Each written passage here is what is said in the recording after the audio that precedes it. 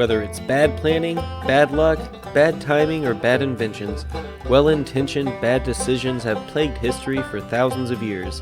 Welcome to Historic Hindsight. Hello and welcome to Historic Hindsight. I'm John, that's Tom. Today we're going to talk to you about a whole bunch of bad inventions throughout history, so we're going to be kind of bouncing around in time and location. We're going to break them down. I think we have 10 for you today. So without further ado, Tom, you want to get us started on the first one? Yeah, I'll get us started. Well, and I don't know if I would consider them bad inventions, Johnny. Some of them are good, but badly timed or inventions that didn't pan out. Yeah, let's say exactly. These were, and some of them were widely used for a good period of time, but maybe it had some negative consequences for us. Yeah, and we'll stick, for the most part, this first half will stick kind of to the early 1900s. But our first invention I want to talk to you guys about is daylight motion pictures. They started to pop up around the 19-teens. And it's kind of what it sounds like. So instead of going into a dark movie theater where we can't see the fellow patrons and we can't see the aisles, and it's dark because, that's how projections work with light, they came up with a great idea of, why don't we just let the auditorium be lit? Right, and this sounds like a ridiculous thing, but this is at the very beginning of motion pictures of movies, of people trying to figure out how exactly do we get all these people in, and getting a bunch of people to walk into a dark room where they can't go and just dim the lights super easily, but getting them to go in and walk there is a little bit harder than it is. It seems odd, it seems out of place, it seems different. So people came out and they said, hey, instead of letting us have these dark spaces, why don't we just do it with all the lights on? Yeah, and there were some crazy reasons behind it beyond that, but so, like you said, the first motion pictures, this is still early on in the life of movies. The first theaters started to open up in the early 1900s, late 1890s, early 1900s, and many moviegoers, like you were saying, disliked that whole darkened theater. They didn't like the idea of not being able to see the person next to them. They didn't like the idea of not being able to see if they needed the event of egress to leave the movie theater. Yeah. And so there was this idea in Minneapolis that several movie owners began to start letting the theaters be lit, and claimed that the dark movies were damaging for the human eye, would hurt them. Which, based on nothing. Oh yeah, this is based on this is somebody in Minnesota trying to sell more movie tickets, so they came up with a gimmick. Yeah, this is before you had to back up any claims you made. Yes, yeah. You could just say whatever you wanted at this time. The good, we should go back to that. The good old fashioned true media. Just let them sort themselves out. Yep. So one theater owner in Minneapolis actually stated that he wanted lit theaters so that he could, quote, look after the wants of women and children. It sounds like he was just more of a pervert sitting up in the projection booth, wanting to be able to see the little teenagers, finger banging it in the theater, but he couldn't see it if it was dark.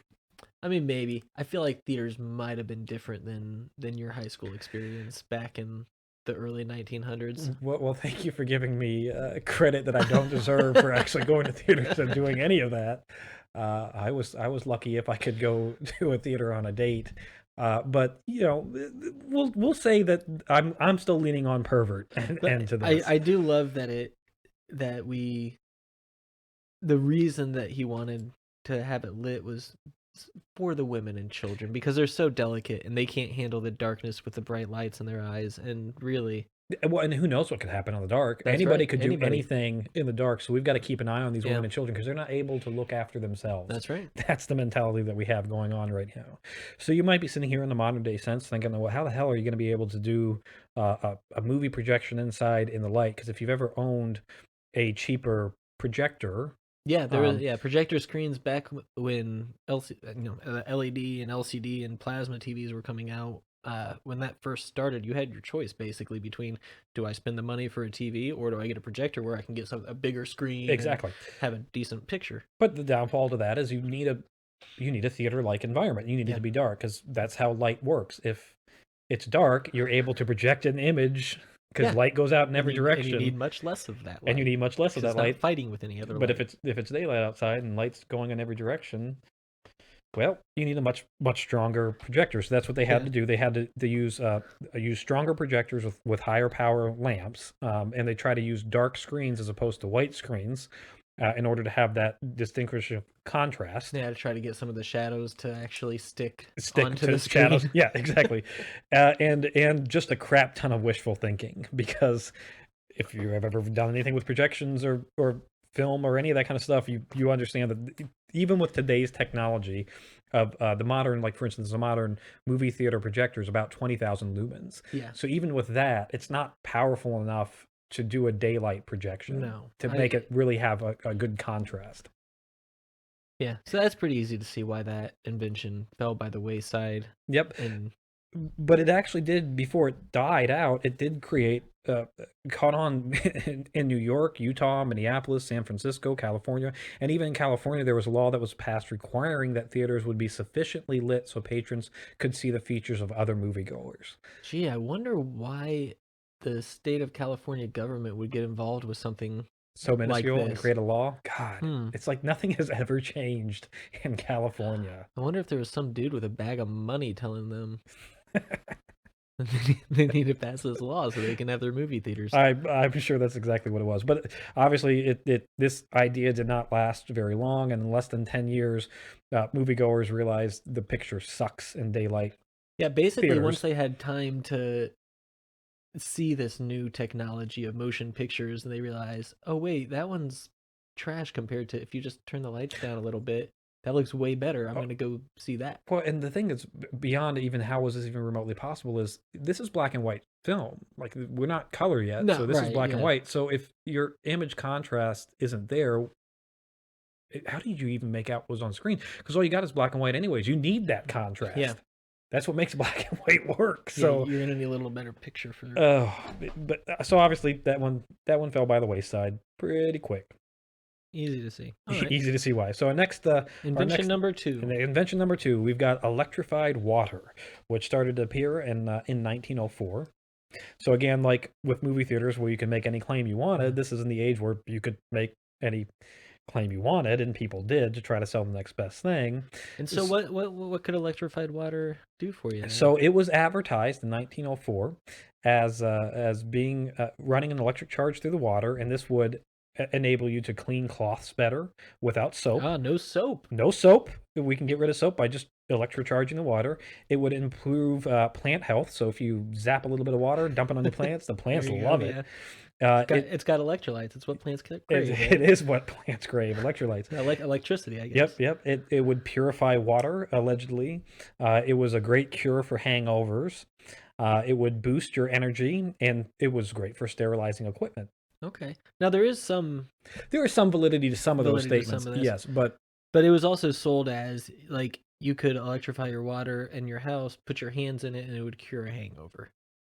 That's not going to happen. No, that didn't cure any hangovers. And then part of it was also like the electric charge. It's not like you were sold a little electric rod that you put in the water to zap it there. No, they would allegedly electrify the water in the plant, put it in a bottle, and ship it to you. So, if there was any actual benefit to it, I'm sure it was a long time gone. Yeah. Because that electric charge is way gone by the time it would get to your house. I wish I still had this research, but I did look at how long electric charged water would remain affected in whatever way that it was affected by it. And it was something like, it was in a matter of hours.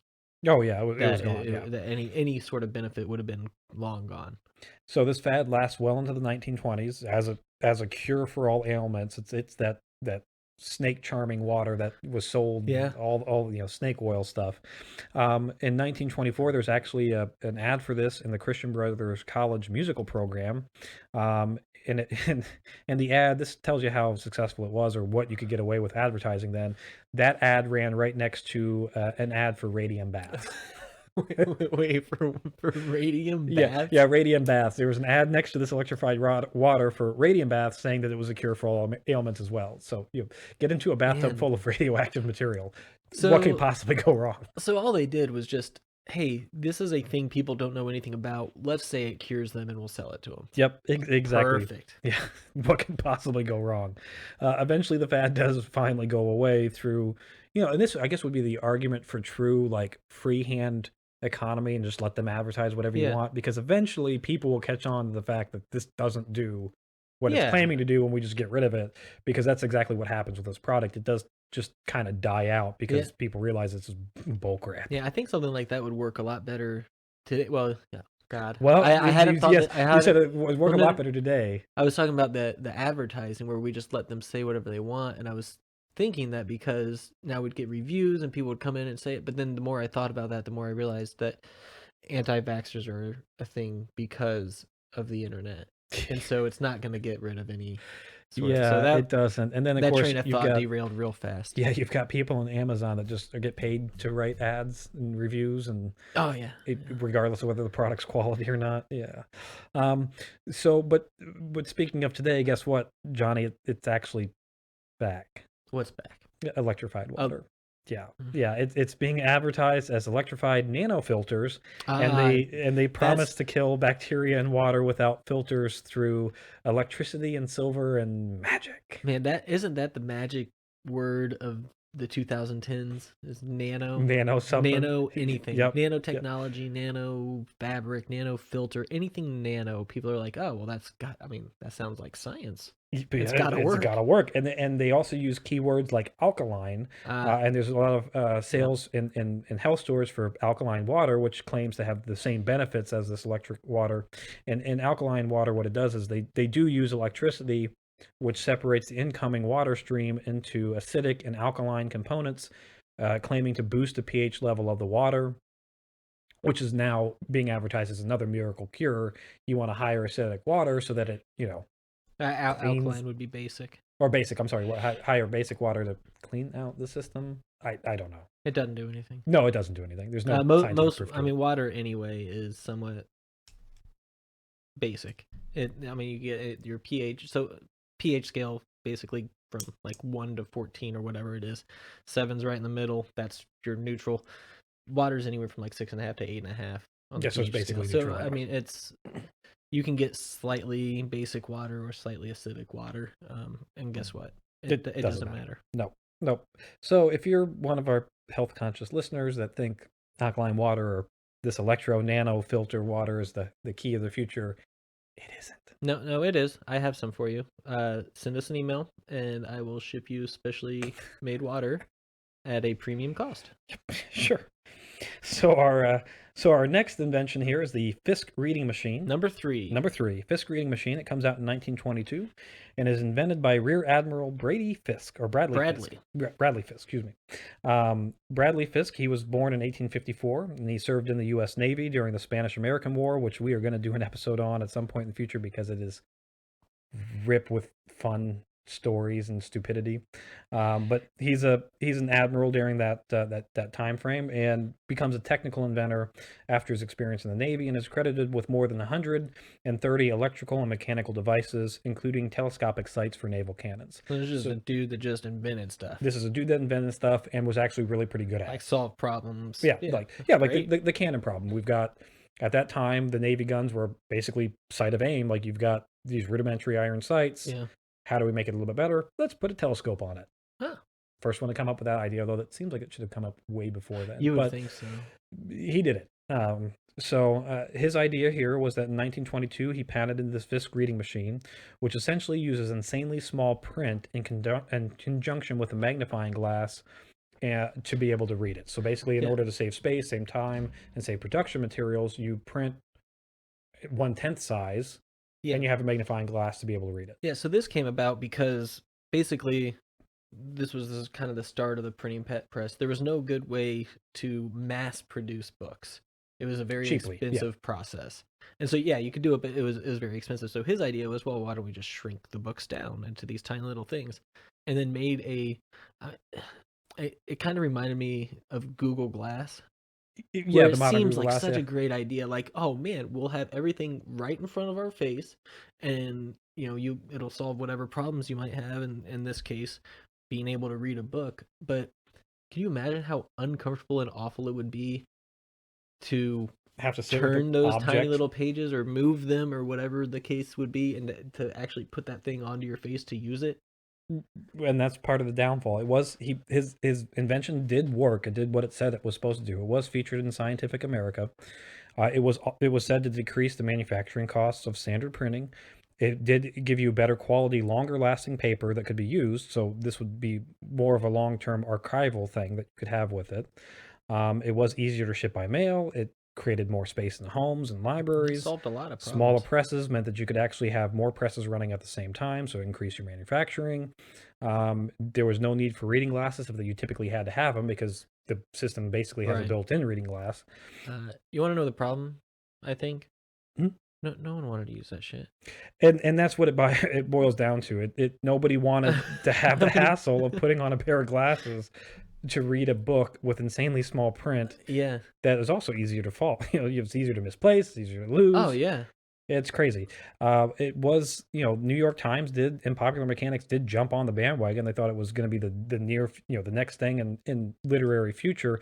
But the other big problem was at the same time that he's doing this, in 1930 and 1940s, paperbacks came out. Like mass-produced, cheap Yes. paperback novels came out in high quantities. Yet another invention ruined by something coming out that's just cheaper, easier, and a simpler solution. Yeah, because I mean, if you could able to mass-produce normal size print, but do it cheaply, Yeah. you don't really need that And whole then people don't tiny have to thing. change anything. Nope. They don't have to adapt to a new technology or a new way of doing something that they've been doing for ages. Yeah, and the other big nail in the coffin for this was that microfiche or microfilm was being developed in the 1920s I as believe well. it's microfiche. Microfiche. Microfiche are like minnows. Okay, fine. Microfiche or microfilm, and it was being developed at the same time. And its idea used the photography to create small images that could be projected on a projector.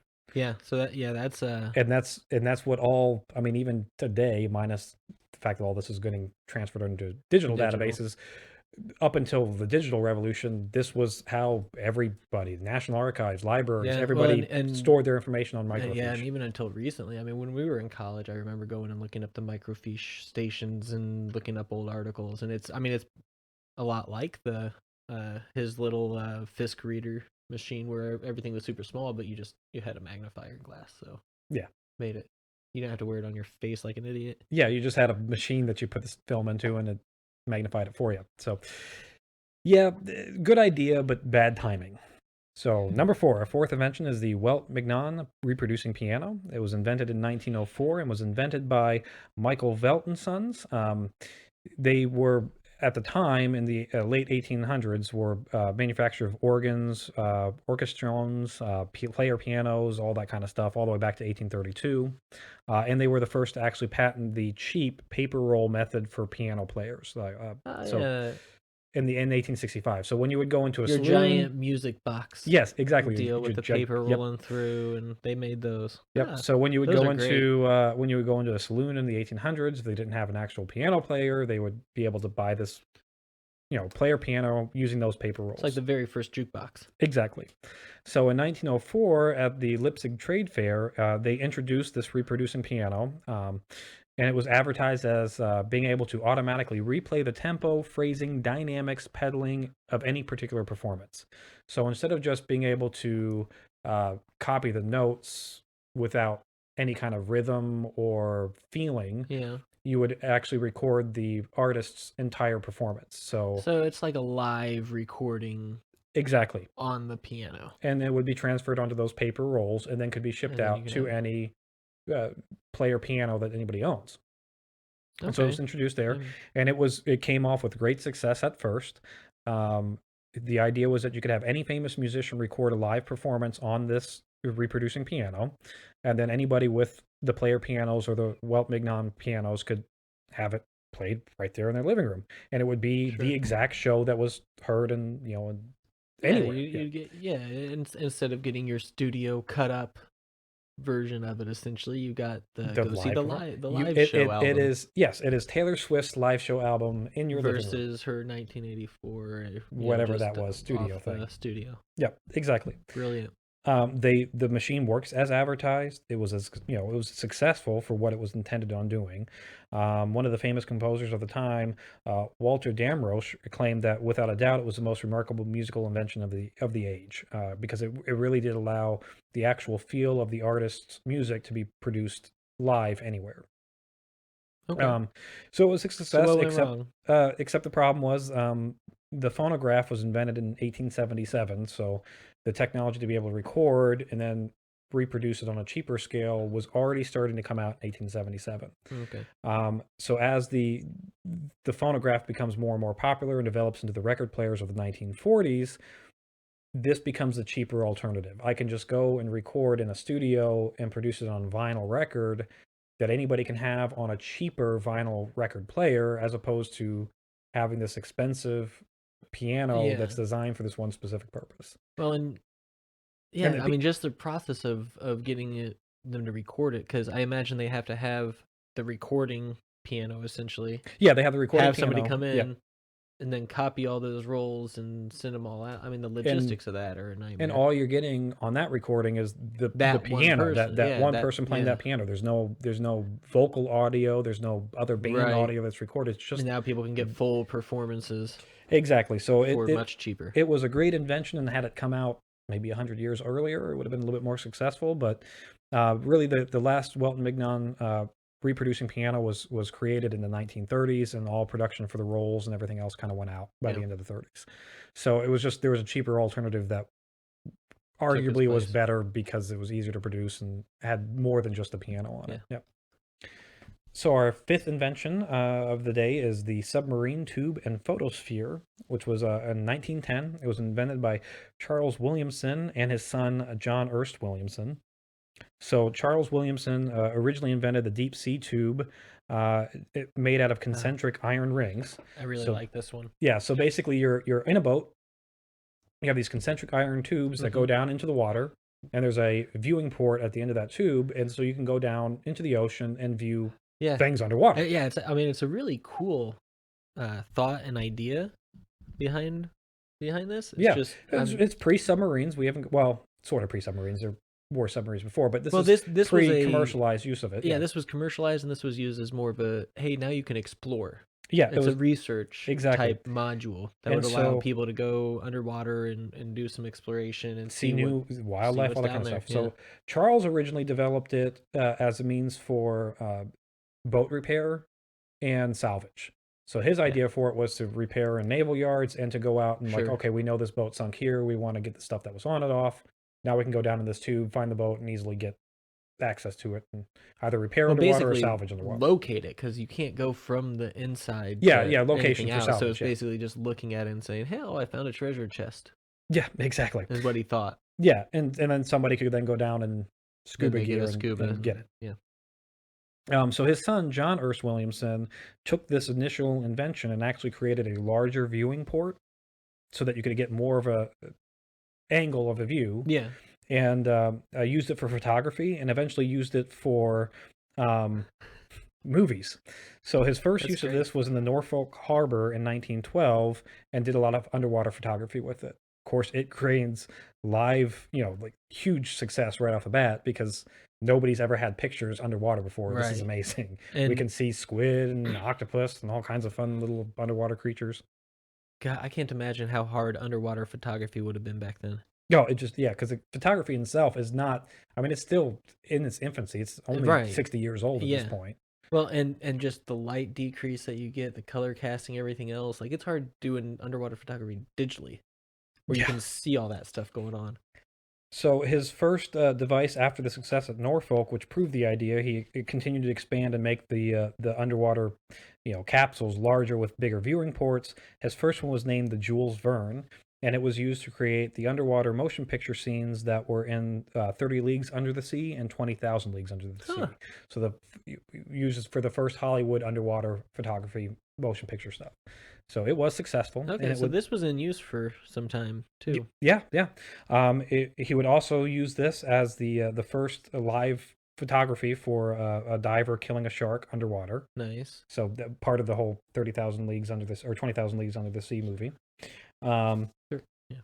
Yeah, well, there's two. There's the first one, which is like 30 leagues, and then there's 20,000 leagues. Yeah. Yeah. And there are several movies that do use this. And it was supposed to be the future for undersea exploration, the future for cheap undersea productions, that kind of stuff. Hollywood was going to use it. It was going to be great. Will earn millions. It was predicted to earn millions through finding all those. Oh, you're supposed to find the treasure. Yeah. But in the 1940s, the waterproof camera was developed, and that kind of shot the need for this. Yeah. I'm guessing a housing for a camera. Yeah, yeah. I love that. For photography underwater, we went from let's make a giant capsule for just humans, and we'll just drop it down, and then they can use their cameras and everything else, instead of why don't we make a little capsule for the camera and just send the diver down, have a button, and then they can just be a diver and do their diver stuff with a camera. I like that was backwards. Yeah, it's kind of the you wouldn't think it would have gone that way, but that's exactly how it went. Yeah, and we can really blame Jacques Cousteau for really killing the photosphere, because he was the primary diver that was doing a lot of the exploration and underwater photography with that new waterproof camera. So screw you, Jacques Cousteau. I want a submarine tube. What a jerk. All right, so number 6, we've got spring spokes for cars, invented in 1905. So as early as 1905, the automotive manufacturers were attempting to create a better suspension system for the old-fashioned wagons. I mean, this is the early invention of cars. Right. So spring spokes, this isn't, I'm trying to picture this, but it's not like wire spokes like for a bicycle on a car. It's like the spokes are made out of springs. This isn't like the leaf spring suspension. This isn't the coil spring suspension. This is instead of wires running from the central hub, the spokes to the outer hub, you have springs themselves in that wheel. So the wheel itself, that ride must have been so smooth. Yeah, the wheel itself operates as a suspension. So now you have 4 separate individual suspensions. It's That's actually expensive really nowadays. Yeah, that is very expensive, and it does what it does. It's supposed to work, and it does as it's supposed to do. It does create 4 independent suspensions for the automobile, and gave, as all reports indicated, a very smooth ride. Yeah. In 1914, the Popular Mechanics magazine claimed that these spring spoke tires would make pneumatic tires, or the old wooden tires, a thing of the past. Great. Which it really didn't. Oh. Because, as you can imagine, creating a tire that has its own independent spring system, suspension system, wasn't the cheapest thing to do in the whole world. That's a lot of parts that can fail too. Well, you know what? That's perfect for the repair shops, but not quite so much for the individual tire manufacturers. No. So improvements in tire designs and materials, and then the air suspensions and leaf spring suspensions becoming cheaper and functioning okay. Them figuring out basically how to put suspensions on cars instead of on wheels. Yeah. It led to the death of this. Yes, exactly. And basically it was just too expensive of a system to really garnish any real attention. Yeah. But believe it or not, here in 2013, this idea has resurfaced, and these tires can actually be bought for bicycles to improve the suspension on bicycles, as opposed to having the frame have its own independent suspension system built into it. They're now actually starting to introduce tires for bicycles with the spring suspension system built into the tire. Now, would that be for speed purposes, or just for comfort riders? I think for comfort, biking, maybe a combination of all. It's hard to say, because it didn't also take the world by storm, and bought it because it's still expensive. It's still ridiculously expensive to apparently produce. It's not good enough to bother spending your money on. No. So number 7, we have the heliomotor. This was invented in 1900 by Dr. William Calver. And the idea behind this was early solar power, essentially. So Dr. William Calver, he drew his inspiration for this device through Archimedes' heat ray, and he wanted to create... That's all the mirrors, right? That's all the mirrors they used to burn the ships? Yeah, allegedly. But according to Mythbusters show, it doesn't really work.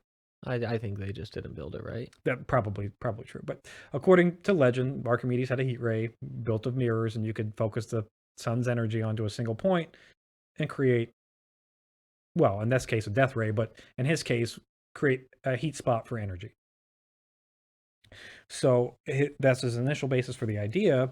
And so he was going to use flat mirrors that would be able to move according to the sun's position, and they would reflect their rays onto either bricks or water that would store that energy. That in turn would then be able to replace steam heat and be potentially able to produce electricity. So essentially, you focus the sun's rays on a single point. You've got heat that you can then transfer into steam energy itself or other types of energy and produce electricity that way. Okay. Investors did line up with his initial production of the equipment, including Leland Stanford, the founder of Stanford College, and he claimed that the likes of the steam engine, the heliomotor, would create a great technological revolution. So the idea was that we can now use solar power and get rid of any need for steam engines, old coal-powered electricity, that kind of stuff. We could replace it with solar power. This guy was just ahead of his time. And that's exactly what it was, because he is really just ahead of his time. I mean, the idea is there, and actually, Bill Gates just backed a solar startup that's basically doing the same thing. Yeah, they're using AI and mirrors to basically point the sun's rays at a concentrated solar plant and concentrate all that energy. So he just didn't have he was just born too early, 100 years too early. His invention, it's not as efficient as coal. It wasn't as efficient as the steam energy that was produced with coal power. It was probably because it was much hard, more expensive. It was much more expensive, and it was hard to, believe it or not, even today, that's why solar power hasn't taken off, by storm. Like, we're still using coal power today. It's because it's hard to take that stored solar energy and then transfer it into something usable. Yeah. So, but we're making advances, and we've basically, his invention is still coming around today, and it's one of those few and rare things where when it was first created, it failed, kind of gets forgotten, but now is reinvented, because really what Bill Gates is pumping his money into is very similar to what the heliomotor is. So our ninth invention, and where we start to get to the more successful when they were created, but kind of some negative consequences at the end. We got a couple of these at the end. We do. So DDT, it was invented in 1945 for commercial use, but the synthesized chemical goes all the way back to 1874. The commercial inventor is Othmar Zeidler, who first used it as an insecticide and was discovered by the Swiss chemist Paul Hermann Mueller in 1939. So Mueller was a good chemist. Yeah, he was a good chemist. He actually was one of a very famous, phenomenal chemist. Oh, yeah. And is also from Swiss. So he's got a cool name, Mueller, though. I like it. Mueller's good. Yeah. But he takes Zeidler's in Austria, Zeidler's idea of using it as an insecticide and kind of improves upon it and creates this good insecticide.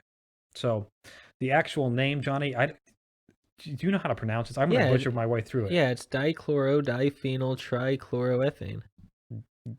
Yep. DDT. So it is a colorless, tasteless, and almost odorless crystalline chemical compound that was developed as an insecticide. So I'm sure it was never probably used as a poison against anybody else. No. Being colorless, tasteless, and odorless. At that time in our history, we weren't doing anything like that. No, not in 1939. I mean, there would be no need for it. No, right? There was no German scientists experimenting with things like this at all. No. So this this would get widely used in World War II, although not as an anti-human thing. So especially in the Pacific front of the United States, they would use this as an insecticide. They would literally actually have soldiers lining up, opening up their shirts, and they would spray this compound into their clothes. And it in its defense, it does its job very well. It kills the shit out of every bug that transfers malaria and typhus. Here's the thing about science. Back then, everything they made worked. It's just they didn't monitor the consequences of anything. Of anything, no, exactly. So Mueller would actually be awarded the Nobel Peace Prize in physiology for the invention of DDT, or the vast commercialized use of DDT. And that would happen in 1948. 1945, it becomes commercially available in the United States and is encouraged for agricultural and home use. Not only are we using it, but we're actually encouraging people to do it. There are, if you want to have some fun, go on the YouTube. You can find videos of people like on the beaches in California getting hosed down with DDT, and the little kids are just standing up there like running in the cloud of DDT. The 50s and 60s and 70s were wrought with so many terrible products that were doing harm that people just didn't even know about. They just didn't even care. Yeah, this was just so, and this was a public service. Like, this was like something that your local community would pay to have done because it worked. Yes, it did. It solved the thing it set out to solve. It killed the shit out of mosquitoes. But as we're kind of alluding to here, and if you know anything about DDT's history, the shit's not safe at all. In 1962, Rachel Carson actually publishes a book called Silent Spring, which details the environmental impacts of DDT, which includes a long list of things like cancer, decimation of birds population, the destruction of agricultural plants themselves, at an alarmingly long half-life, and was found present in human milk, was toxic to marine animals, and would spark basically the start of the environmental movement would be started through this book fighting against DDT. And its real big environmental impact was that what it had a tendency to do it would actually thin the shells of birds' eggs so that they become super fragile, causing more eggs to be broken, and the bird population started to decrease. Was almost single-handedly responsible for the decimation of the bald eagle. Yeah, so because they would be eating they would get it in a double fold because they'd be eating the marine animals that are getting infected by this. They're scavengers, and so they're bald eagles will eat anything. They're birds of opportunity more than birds of prey, and so all these animals dying from the poisoning, they're just eaten up. So in 1972, the evidence is overwhelming, and the U.S. does finally wind up banning any use of DDT inside the United States. And the Stockholm Convention on persistent organic pollutants banned the use for agricultural also in 1972. Although DDT is still used in limited usage in malaria zones because it's still super effective against mosquitoes and fighting malaria. But a fun, scary fact is to kind of go back on how long the half-life is of DDT. In 2005, every blood sample that came into the Center for Disease Control in the United States found trace rates of DDT in the blood. And in 2018, it still found DDT in soil samples in Europe and Spanish rivers. So this half-life is ridiculously long, and it's still around. And that's the other thing about old-timey science is the compounds that they made up seem to last really long. They're very robust. Stable. Yes, very, very robust. Okay, I want to talk about an inventor instead of inventions. We're going to talk about Thomas Midgley Jr. He was born in 1889. He started working for General Motors in the early 1920s. He was a chemical engineer, I believe. And in the early 1920s, there was a problem with the engines in cars. Is you'd get a knocking sound in them, and people didn't like that because it sounds bad. So he was tasked as part of the team who was going to solve this problem. And so he found that the addition of a compound called tetraethyl lead, or TEL, if you just add tetraethyl lead to the gasoline, the knocking goes away. And it's perfect because tetraethyl lead is cheaper than the ethanol mixed gasoline alternatives, and so the company General Motors could still make all sorts of money on this. So basically he created a fuel stabilizer so that it's more consistent, better burn, so you get the lack of knocking. Exactly. The knocking goes away. Fuel additive. Just an additive. The problem with this is that it's lead. Is the lead portion of it. And after just a couple years of working in General Motors, working with the product, our boy Thomas Midgley got sick. Did he get malaria? No. Malaria wasn't a problem then, probably because of DDT. Yep, we got that going. But no, he got lead poisoning, Tommy. Shocker. Isn't that weird? And he felt it was necessary to take a long vacation to Miami to clear his lungs, stating, quote, "My lungs have been affected, and it is necessary to drop all work and get a large supply of fresh air." Fresh, boggy, swampy air. great. Fresher than lead-infested gasoline air, I suppose. Yeah, I suppose, yeah. So here's when things start really going bad. That was 1923 when he himself took his vacation, just 2 years after they started putting TEL in. Okay. 1924, 4 people had died at a Dayton, Ohio TEL plant, and the staff was, they were threatening to shut the plant down. Basically, everyone's like, guys, it's because of this that everybody's getting sick. All sorts of people are dying. No, I'm sure it was just bad manufacturing. Like they probably fell into the fuel tanker and just drank too much or something. Like, yeah, something. Knows? Yeah. I'm sure it had nothing to do with the lead. Yeah, people were. They were to the point where they were just done with tetraethyl lead in general. 5 more workers died at a New Jersey plant, and in the late 1924, General Motors these are isolated incidents. No worries. We'll open another treatment plant in New Jersey. And good American commercial manufacturing tendencies will ignore what negative aspects are happening. That's right. And we'll just keep going on with what we're doing. 2 months into the operation, lead poisoning contributed to widespread depression, hallucinations, and 5 deaths. So, Thomas. Well, it could be. Well, to be fair, this is the late 20s, so that depression could totally have been just the depression, just the normal depression, the Great Depression, and the economy hitting the shithole. I'm going to blame that. I'm not going to blame the lead on the depression. That's fair. That's fair. The hallucinations, though, were a problem, and so a press conference was called. Okay, this is only going to go well. Thomas Midgley, who had already taken a break, to Miami, to Miami, to the swamp because of lead poisoning to clear his lungs, said, guys, this is not my fault.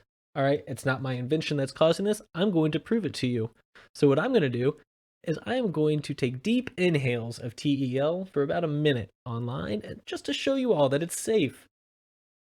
This sounds like a really good idea, and I imagine that the first, this was probably when the first car automotive came out, and they were talking about the bad environmental impacts with the exhaust, and somebody who invented the automobile sucking on the exhaust port going, this is fine. Exactly. See, I'm totally fine.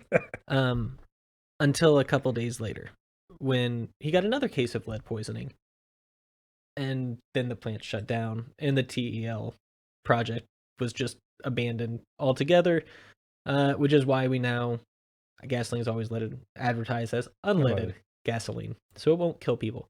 So GM took him off of that job, but he still remained with GM. Well, good for them, because at least they acknowledge, look, he is smart. He's a smart guy. His invention had some health consequences. So let's find another problem for him to work on, and so they did. And he was part of the team that actually, this is where I discovered him. Was doing research for this. He was part of the team that discovered Freon. Invented Freon, nice, which is one of the first CFCs, which is a chlorofluorocarbon, used in refrigerators mainly at that time. Also used in aerosol cans, and they were putting this stuff in everything. It was a really, really good thing. Really inexpensive, really efficient refrigerant. Now, the problem wasn't discovered till years later. But it turns out that CFCs from Freon were kind of eating a hole in our ozone layer a little bit. But that's global warming. That's not real, John. Well, it was very real until we fixed it, and now now it's fine, and now it doesn't exist. Yeah, we're all happy. So basically, he died in the 50s. So for basically 30 years after he died, we're just pumping all these CFCs into the atmosphere and into the air, and then finally somebody goes, what's happening to all of these? 80s Aquanet. That's what happened. Where are they going? Well, they're trying to find these CFCs, and so I can't remember the guy's name, but he got in a boat and he started traveling around the earth trying to detect where they were going, and then he started looking into what would happen. Well, they're not anywhere that I can find them. What if they're just going out into the atmosphere? And when CFCs go out into the atmosphere, they get a lot more energy, and they start releasing their chlorine atoms, which then start ripping apart the ozone. Yeah, chlorine. Yeah, this is like chlorine gas, which is great. Yeah, it starts ripping apart the ozone. Ozone is basically 3 oxygens combined instead of 2, and so it starts ripping that apart. And the more it rips it apart, it starts creating a little hole, and that little hole lets more harmful sun rays come in, and then people start getting skin cancer. This is why I have to have start dying. Shit. This is why, yeah. And so, because of Thomas Midgley, thousands and thousands of people got skin cancer. Well, probably a dozen people died from his lead poisoning. More and more got sick. And historians have said that Midgley has had more impact on the atmosphere than any other single organism in Earth's history.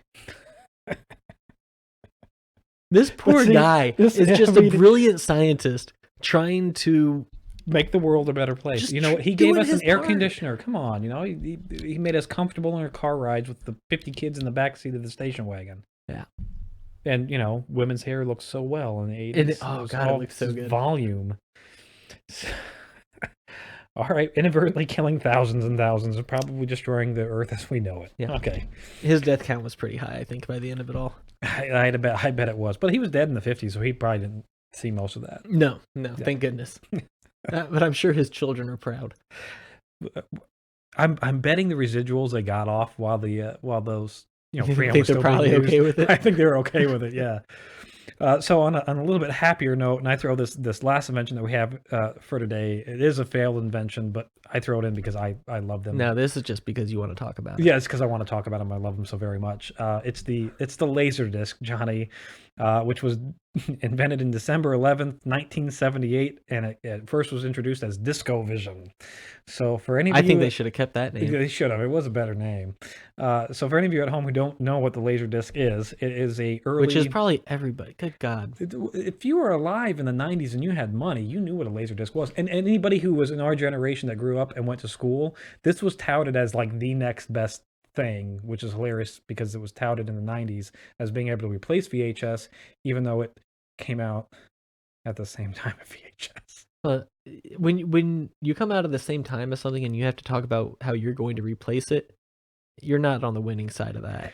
No, you're not. So in 1978, they came up with this idea basically to create, it started out actually as an analog video format on a large plastic disc that had reflective materials on it.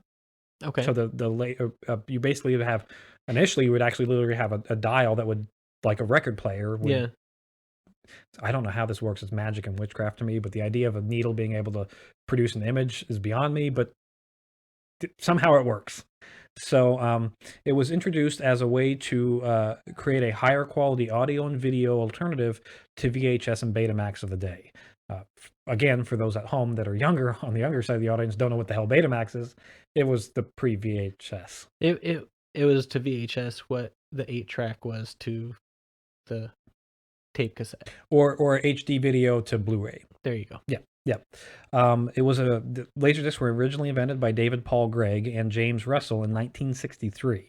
It did use optical video recording technology and used transparent discs, which were then later formatted into reflective discs.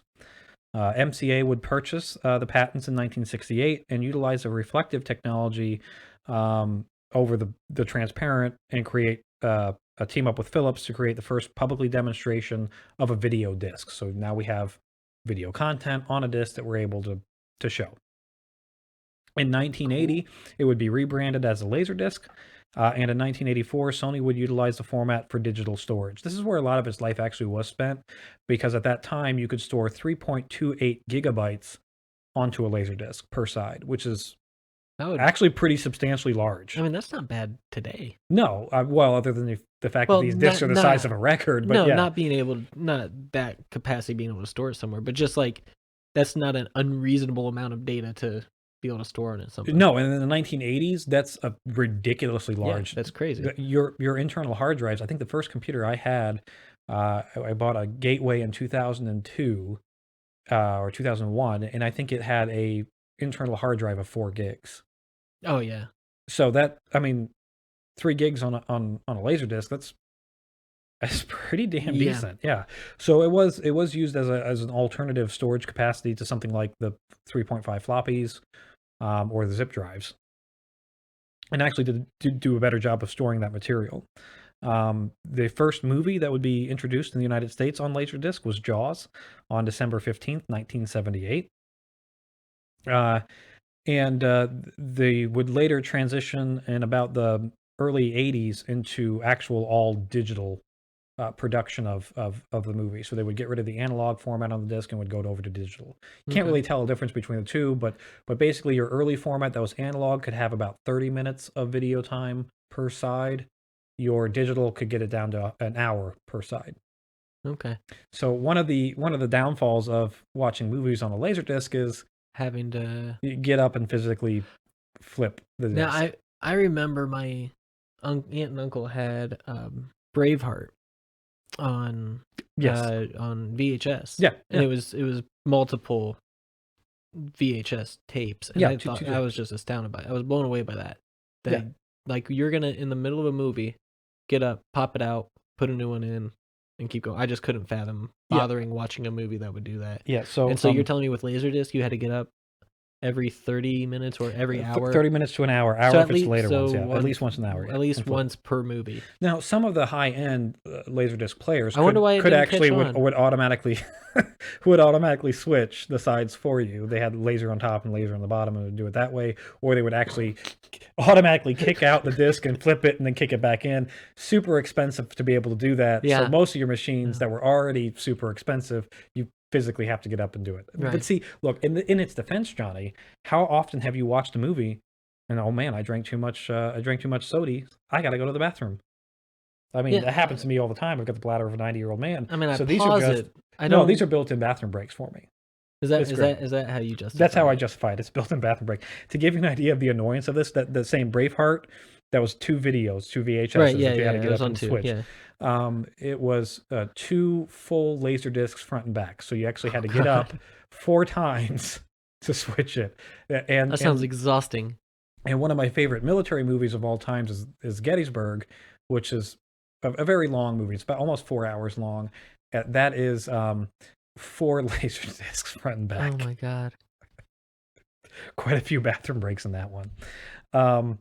But it was a combination of this annoyance of having to physically get up and flip it, the high player cost, because basically you have Philips that was only the only major producer of the LaserDiscs and the only major producer of the players. They didn't really farm it out to third parties, so the equipment was very expensive. The LaserDiscs were very expensive. They wanted to keep it exclusive. Yeah, they wanted a monopoly on it. Yeah, man. So the players were very expensive. The movies were very expensive. I actually have a copy of Twister, which has the original receipt still in it from when it was bought, brand new in the 90s. And it was $43 for a movie. Holy cow! In the 90s. In the 90s, it's like $75 or something. I don't know. Yeah, that's insane. It was super expensive. Like I said, they didn't. I think their downfall was not farming it out to not allowing third parties. Yeah, because like with anything, everything starts out expensive.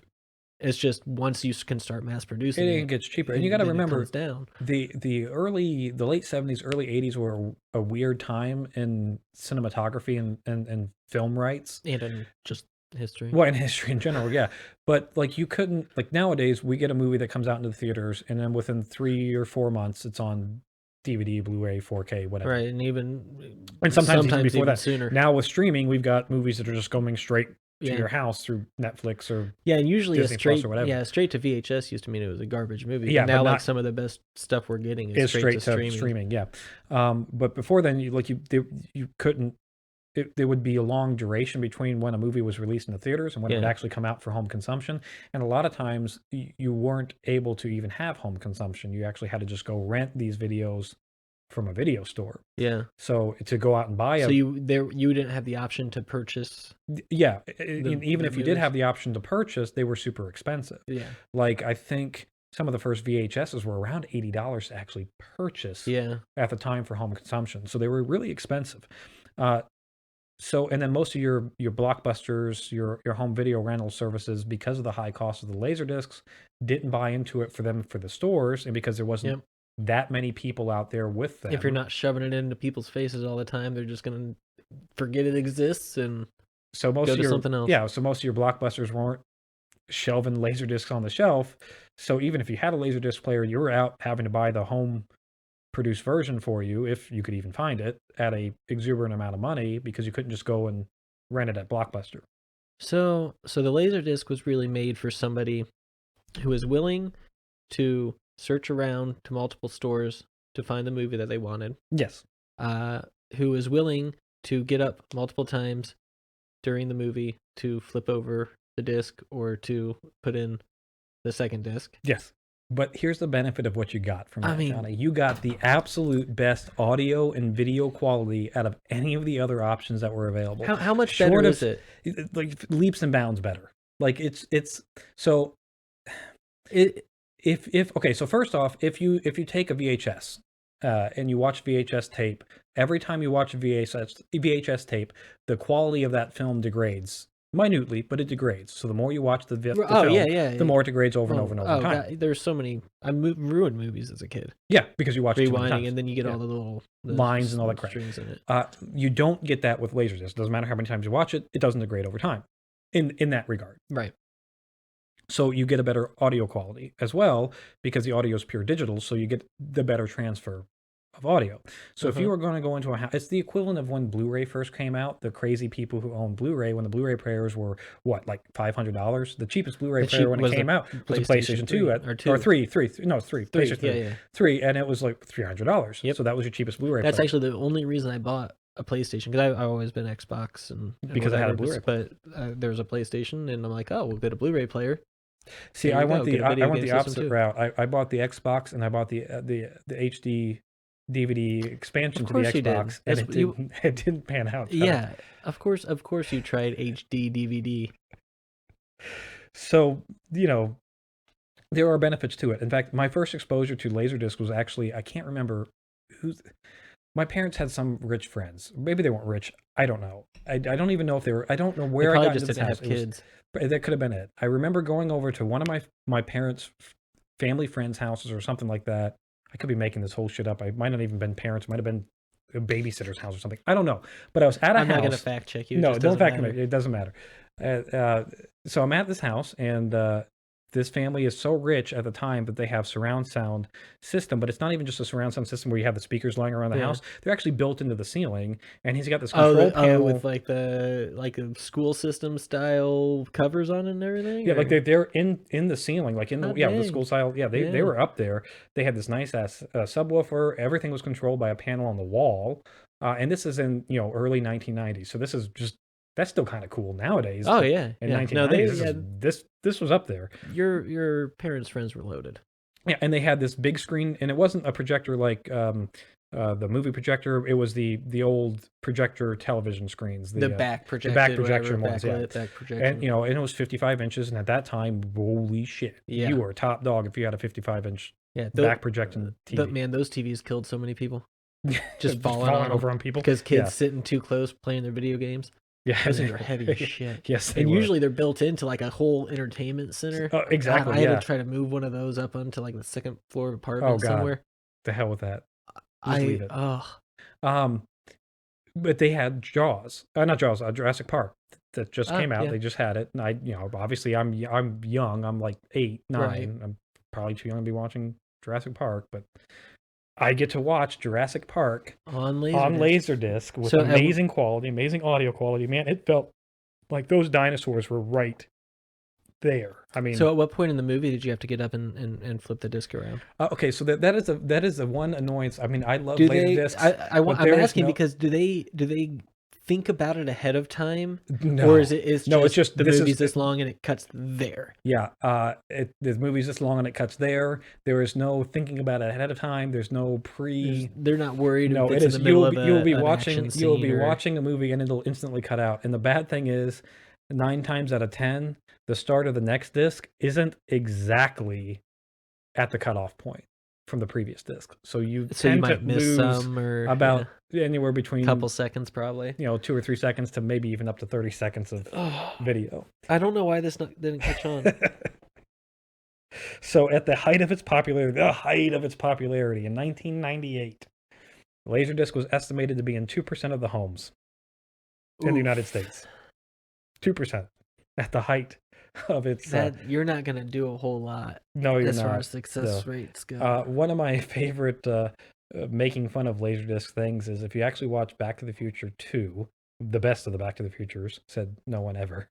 But if you ever watch that one, there's one person out there, I'm sure. If you ever watch that one, the girlfriend, when she gets, she's passed out and they're in the future, they dump her on a load of trash and like, she'll be fine. We'll come back and get her later. It's actually on a pile of LaserDiscs. Like if you look closely at the film, it's a bunch of LaserDiscs is what the trash is. So the last LaserDisc movie to officially be released in the United States was Bringing Out the Dead in 2000. So they really tried for a really long time. Yeah, they did. This is what happens when a big company is able to create something to try to get their foot in the door into some type of media. They can just keep throwing money at it and hoping that it'll last. When if it were just a young startup, they would have saved so much money early on, realizing we can't compete with VHS. To be fair, though, it did do a very good job in Japan. It was DVDs come out. Yeah, I mean, DVDs were the final nail in the coffin for LaserDisc. Yeah, but Japan actually did have a longer life in Japan. It was a lot more successful in Japan. And Japan, believe it or not, the last LaserDisc player was produced there on January 14th, 2009. Wow.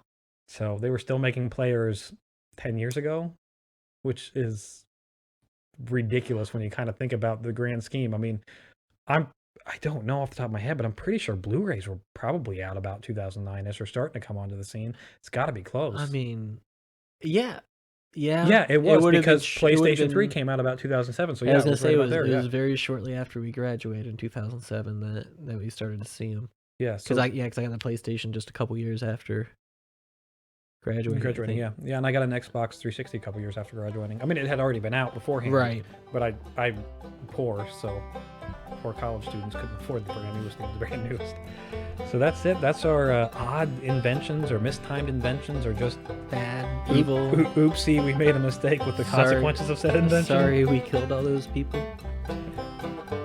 We hope you enjoyed this episode of Historic Hindsight. Every week, we take a look at some of the major events that took place during this week in a segment that we like to call This Week in History.